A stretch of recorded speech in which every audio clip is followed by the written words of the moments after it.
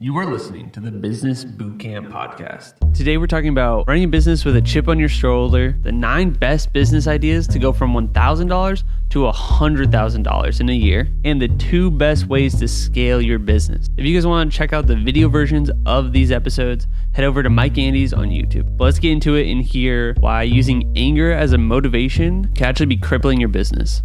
Here we go. Prove all the haters wrong. And when you get there, that's when you become dangerous in business.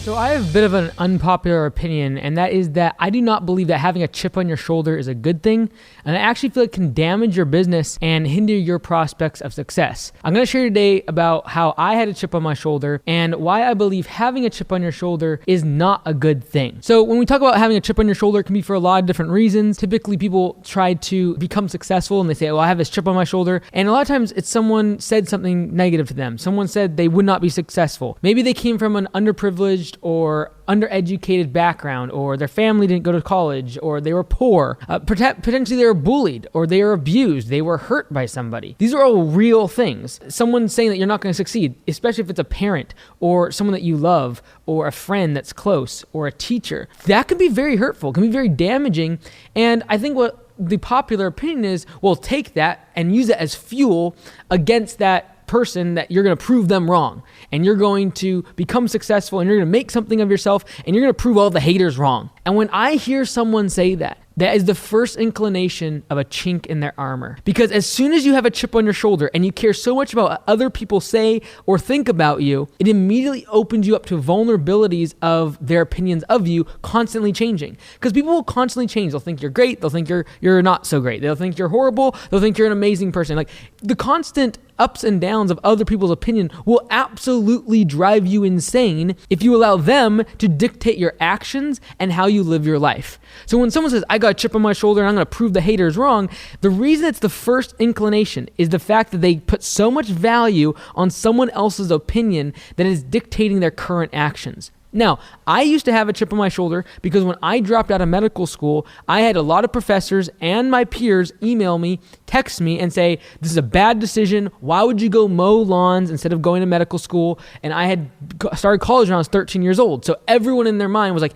he's going to become a doctor. He's going to cure cancer and all this other garbage I was told. And the fact of the matter is I had to realize that I'm going to take that energy, that negative energy, and let it fuel me becoming successful. And that's fine. I really believe a chip on your shoulder can get you started, but that external locus of control of someone else's thoughts, opinions, or how they treated you is not a long-term successful track to be on towards success. Because eventually you'll get so far down the track of success that external locus of control is so far behind you, it's actually difficult to even remember them telling you that you were going to be unsuccessful. And this is why people pitter out. This is why after 2 or 3 years in professional sports, people just all of a sudden don't do very well, is because they simply have taken external locus of control of someone else's opinions and thoughts about them, and they failed to internalize that and realize that they're doing it for themselves. They're doing it for themselves, their future, and what they want for their life and for success. When it becomes something internal, then you don't care about what people say. You don't care if they think you work long hours, or you don't care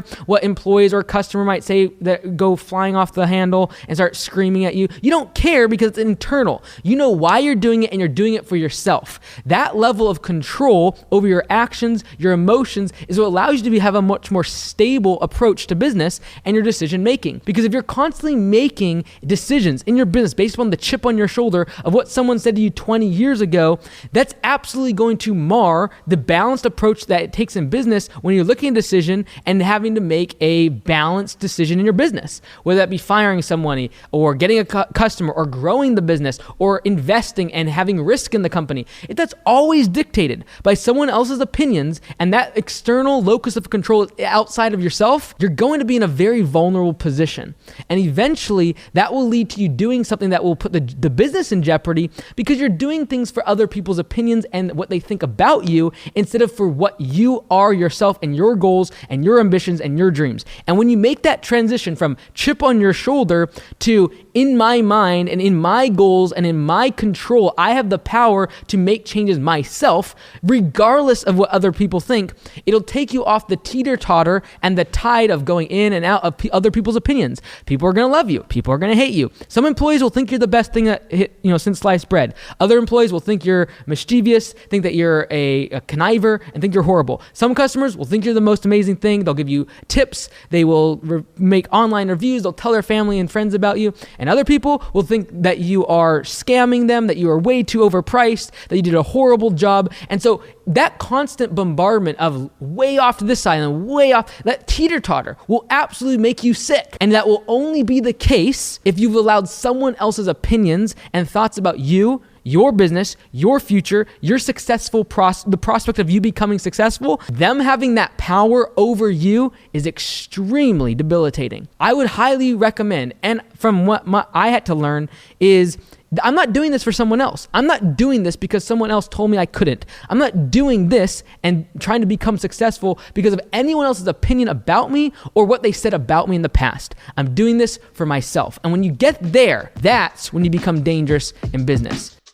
Hopefully that gave you some perspective to make sure that you're the one running the business for yourself. But before we jump into the 9 best business ideas, I want to let you guys know about MBA for entrepreneurs. You don't need to spend years and tens of thousands of dollars for a master's in business admin. Learn on your own schedule and learn what is needed for small business owners, not employees on the corporate ladder. So check that out. Links in the description. Well, let's jump into the 9 best business ideas to take you from $1,000 to $100,000 in 1 year. Here we go. Today, I'm going to be sharing with you 9 different business ideas that you can start today for less than $1,000 and within 1 year, turn that $1,000 into a business that has over $100,000 in annual revenue. These are not exciting, glamorous businesses. They're going to put you on the front of Entrepreneur Magazine or some fancy website. This is not going to be a place where you can raise money from Silicon Valley or from Wall Street, but I would rather get rich for sure than rich quick, in the words of Alex Hormozy. So let's go through these 9 different business ideas that I would recommend you start today. If you have less than $1,000, you don't have a whole bunch of skills, you don't know how to code, you didn't go to school, and you just need to get started and start making some money, here's 9 different business ideas. And I'm doing a couple of them, but you could absolutely take any of these business ideas and turn them into a $100,000 business. Now, the first business idea is pressure or soft wash. Now, most of us think of pressure washing when we think of cleaning because we've in the past thought of a big motor and you have hoses and a spray gun and you have lots of pressure to get the dirt, filth, mildew, moss off of a siding of a house, off of a driveway, and that's fine and good. However, you actually don't need a lot of pressure. If you get the right chemicals, you can do what's called soft wash, which means you don't need pressure, you don't need a big piece of equipment, and you can just tap into the water supply of the homeowner. This allows you to be able to spray on chemicals and then 30 minutes later, rinse it off. And by the way, it's usually better for the concrete, it's better for the siding of the house, especially if you're on the roof or any sort of other materials that could get damaged by pressure. Soft wash is actually a really good idea. The second business idea is window washing. Now, window washing is going to be needed forever, especially in areas where there's high wind, bad weather, and you can basically find anywhere in the United States where you're at, there's going to be pockets of neighborhoods where there's specific types of climates that require more window washing. If you're next to the ocean, that salt spray is going to cause a film over all the windows that will need cleaned like a few times a year. So this is what I love about all these businesses is it's not just a one-time project. You get to do it over and over and over again because it's usually home maintenance and home improvement, which requires something to be done on a more repetitive cycle, allowing you to get recurring revenue. So it's not just $100,000 this year, it's $100,000 this year and next year and the next year after that, assuming that you have good quality customer service and you do a good job. Now, the third business idea is carpet cleaning. And yes, you could absolutely go from door to door and talk to neighbors and try to get them to get your carpet cleaning services. But what I would recommend is going after commercial as well as the real estate market. Because if you're doing commercial, for example, I own a gym, and Anytime Fitness gym, and we have to clean our carpets a couple times a year, and we pay really well for it. I'm not super micromanaging about it. I just need it done, and I just want someone to be able to come in at night. And so at the end of the day, you can get commercial contracts. You can also focus on real estate contracts, and that is get to know really good real estate agents and tell them that you will do their carpets and you'll give them a discount. If you're able to create these connections and these relationships with realtors and real estate brokers, they might literally have you cleaning several different houses per week before they are listed on the market, because a clean house with good carpet that's been cleaned by you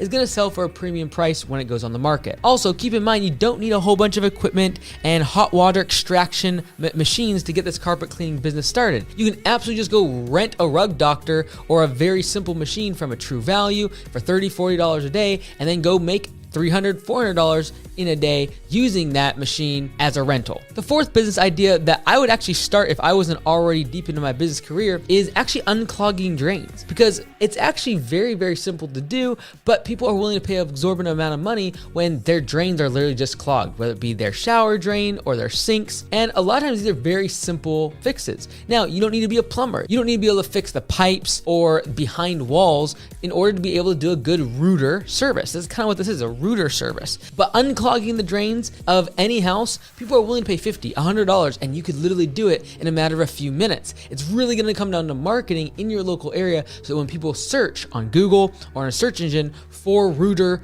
or for a plumber, that you pop up first, and you just want to focus on unclogging drains. You get a snake, and again, these are things that you can absolutely rent, and you don't need to go buy a bunch of equipment from day one. The fifth business idea is driveway sealing. And again, the reason I love this one is because it needs to be done every so often. Every several years, you got to reseal driveways. And the reason for that is because of concrete and asphalt being porous. They absorb water, and that's why a lot of times they'll discolor, they'll buckle, they'll break apart, is because they absorb moisture. So if you're able to seal it, not only can you do a clear seal to protect it from water, you can actually get into the business of coloring the stain, so that way you can actually make really cool designs on someone's concrete. But there's definitely a market in neighborhoods that have really nice homes to be able to go from door to door and simply try to sell them on a few $100s worth of a driveway sealing, allowing them to extend the lifespan of their concrete without needing it to be redone every 15 or 20 years. The sixth business idea that you can start for less than $1,000 and turn into a $100,000 business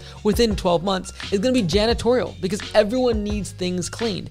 And especially after COVID-19 and 2020, people are very much more cleanliness conscious. And so whether it be office buildings, dental, healthcare, or potentially even homeowners that need their properties cleaned, this is definitely a great opportunity. Now, as the baby boomer generation is getting older into their 70s and 80s, they no longer can physically do these type of jobs that I'm describing today. So janitorial, maybe, in the past they were able to vacuum, maybe they were able to dust up on the top of the cabinets, but now that's becoming harder and harder physically for them to be able to do. So if they can know, like, and trust you to come into their house and clean for them, this is a great opportunity. The seventh business idea is flooring installation. This could be carpets, this could be hardwood, this could be vinyl plank. Now, this one might take a little bit more skill, but I'm always amazed that whenever I have a renovation happen on one of my rental properties, the general contractor that I hire, they just sub that work out to very entry-level workers that are able to knock out these carpets and flooring very, very quickly and efficiently. It doesn't take a lot of skill or know-how in order to do flooring and carpet. And if you do it enough, you get really efficient at it. And again, just make really good connection with contractors that don't want to do that type of work themselves. They'd rather focus on the framing or the electrical or the more detailed painting and larger type jobs. You can do the flooring. They can even have the flooring delivered to the property, and all you do is install it. That is, again, a very simple service that, if you create the right connections, can be a gravy train of work coming in all the time. The eighth business idea that might not be necessarily home improvement is a mobile hair salon or barber service, where instead of people coming to a shop, you would have to spend a lot of money getting a big lease and putting in chairs and a whole bunch of painting and utilities and all the rest of it. Instead of doing that and them coming to you, why don't you go to them? Where you set up shop at their office space, or maybe at a hospital or a place where people work, or maybe you actually go to their home, or even a nursing home where people are already at, and you can schedule to be there and come to them for their barber service, or even a hair salon, you can color. So really all these ideas are very low cost. It's just a little bit of ingenuity for this one, and that is you being mobile. Some business ideas just need a little bit of ingenuity. And one thing you can do is every single business that you go and leave your house for, you can just ask yourself, what if instead of me going to them,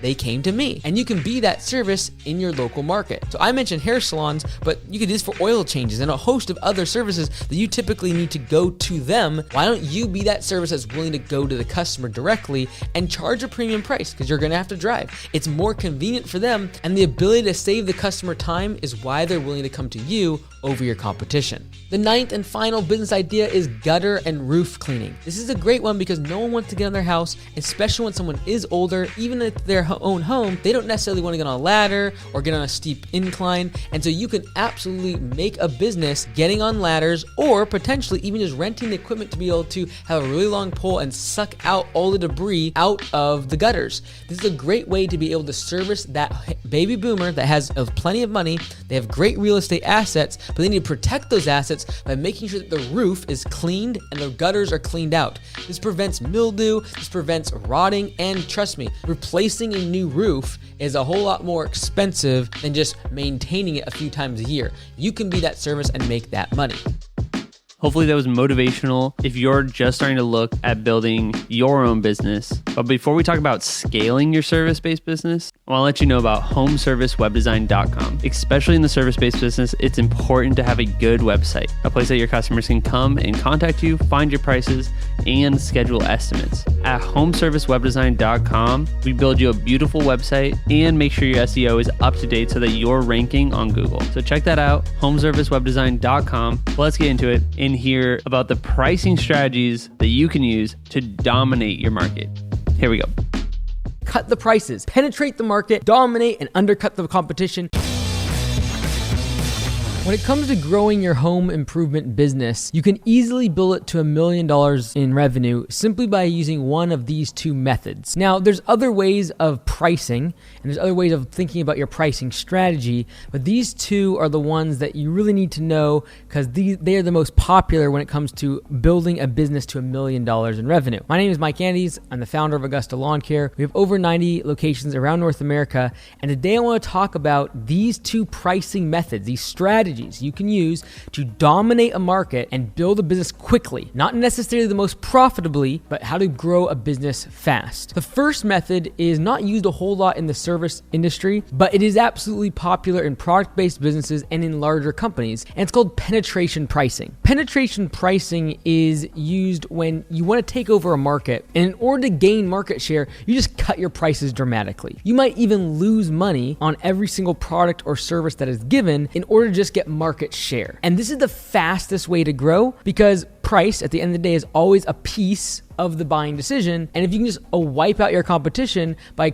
undercutting them all, you can get very quick market share. The reason this is not super popular with the service-based businesses like lawn care, landscaping, roofing, fencing, and a lot of home improvement businesses is because we do not have high margins of 80-90% that a software business might have, or even a product-based business. For example, Netflix might give away free months of service in order to get you to sign up. That is penetration pricing. It's free or very discounted for a period of time where they're actually losing money per subscriber in order to just get market share. Same thing with an example like Gillette that sells razors. They actually might lose money on the initial razor that they sell you, but they know that you're going to have to buy the blades, the replacement blades, and they'll make 80, 90, 95% margin on those products. And so in that case, the goal is get market share, and then the objective is all about retention, keeping that customer so that they can actually move the price up and get profitable. Now, this is not super popular because a lot of times it takes a lot of cash to do this. It takes a lot of venture capital, it takes a lot of public money, and that's why usually bigger businesses will use price penetration as a method of growing and scaling their business. What is most popular when it comes to small businesses and service-based businesses is what's called skimming. Now, skimming is not only popular in service-based business, it's also popular in high-tech and very manufacturing dense type of products. For example, Tesla is a prime example of price skimming. When they created their first car, it was sold for well over $100,000 just to buy one. Over time, as they got market adoption and they actually brought the price point down on their vehicles to the point where they were selling cars between $30,000 and $40,000 with the Model 3. So ultimately, the goal in price skimming is start off with a very high-priced product where you have a lot of margin in order to cover the expenses of R&D, research and development, and growth and expansion. The reason that Tesla was able to build a car for $30,000 and $40,000 is because they originally had people buying that same car or an equivalent car for $150,000, $200,000, and they were able to make a lot of margin, profit on those cars and put all of that money towards research, development, and growing the business. And this is actually what's used most commonly when a business is trying to take over a market in the service business, because we don't have millions and billions of dollars to do price penetration and lose money on every customer. So what we do most of the time is we start actually with higher prices. We are charging a customer a premium price for a premium service, and we customize that service so that if there are people in our competition that are trying to cut below our prices. This is Chuck in a Truck. This is the guy that's offering a $20 mow in the lawn care and landscape industry. This is the person that drives down with an uninsured vehicle and under the table workers and does everything for half off and beating the price of every competitor. In order to beat those people out at their own game, what you have to do is charge a premium price and then have a margin that then you take that margin and use that margin to get more customers. Now, how do you get more customers using that margin? You're going to use that money to do marketing and advertising. You're going to use that money to have a professional website. You're going to use that money to have more professional employees. And the goal is to improve the value to the customer. By having that higher margin, you can afford to improve the value, having someone to answer the phone, having a professional image and uniforms and all the rest of it. That costs money. And so you need that higher margin. You're going to use that to A, increase value, or B, you're going to use it to acquire more customers. Because the Chuck in a Truck, the guy that's price, penetration, just trying to get customers for very, very low price, the only way to beat him at his own game is the fact that he does not have enough margin to produce value to the customer, nor does he have enough margin to go spend on advertising and get more customers. However, because he's undercutting everyone so much on price, he might have an 80, 90, 95% close ratio, whereas you might only have a 30 or 40% close ratio. In other words, the percent of jobs that get accepted when you give a bid might be much lower than the person that's undercutting you on price. However, because you have that extra margin, your prices are significantly higher. You take that margin, deploy it into marketing, which brings way more leads in. So even though your close ratio is lower, your number of leads and the number of new customers coming in is actually much greater. So these are two ways to grow your business very quickly. And there's absolutely a balance. And I truly believe that actually alternating between these two methods is actually a very smart way of growing your business. That is, in some services, looking at it as a entry-level way to get them in the door, and then having higher margin services that you can upsell those customers and make them more profitable, as well as a way to have very high premium, high-touch services that allow you to have higher margins. That might get you 40, 50% profit, net profit at the end of the day after all your expenses are paid, and then you use that money to go spend on advertising and then creating better value for your customers so you continually get more customers even though you have higher prices. So these are the two ways to grow. Either A, you go price competitive and you just cut the prices, penetrate the market, dominate and undercut the competition. You're going to need cash reserves, but you're going to do this very quickly. The second way is charge a premium price, but then take all that profit and shove it back into the business in order to produce more value for the customer and promote, advertise, and market to be able to bring in customers. So even though you have a lower close ratio, you still get more business. Hopefully that brought you guys some value on the two best ways to penetrate into a new market and what you can do to grow your business. As always, you can see the video versions of this at Mike Andes on YouTube. And if you want to see anything else Mike Andes, head over to our new website, mikeandes.com. See you there.